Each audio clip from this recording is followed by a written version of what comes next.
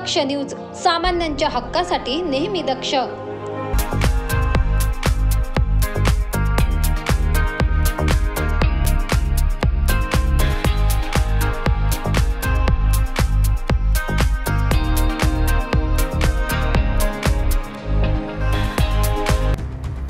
गुंगीचे औषध पाजून एका भोंदू बाबाने विवाहित महिलेवर जबरदस्ती लैंगिक अत्याचार केल्याची घटना वडाळा गाव येथे उघडकीस आली होती। तसेच या भोंदू बाबाने ही बाब कोणाला सांगितली तर तुझ्या पूर्ण परिवाराला मारून टाकेल अशी धमकी या पीडितेला दिली होती। मात्र तिच्या कुटुंबियांना समजल्यावर त्यांनी इंदिरानगर पोलीस ठाण्यात याबाबत तक्रार दाखल केली। त्यानुसार इंदिरानगर पोलिसांनी अमीन हुसेन यासिम या भोंदू बाबा विरोधात गुन्हा दाखल केलाय।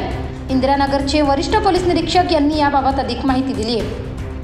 काल दिनांक 30/7/2024 रोजी इंदिरानगर पोलीस स्टेशन येथे BNS कायदा कलम 64 प्रमाणे मौलाना अमीन हुसेन यासिम याच्या विरोधात बलात्कार केल्याचा गुन्हा रजिस्टर करण्यात आलेला आहे। मौलाना अमीन हुसेन यासिम याने एका पीडित महिलेचा औषधोपचार करण्याच्या बहाण्याने गैरफायदा घेऊन तिच्यावर बलात्कार दिनांक 26/7/2024 रोजी केलेला आहे। त्याची माहिती त्या महिलेनं तिच्या घरच्यांना, सासूला आणि नंदेला दिल्यानंतर काल दिनांक रोजी ते पोलीस स्टेशन येथे तक्रार करण्यात आले होते।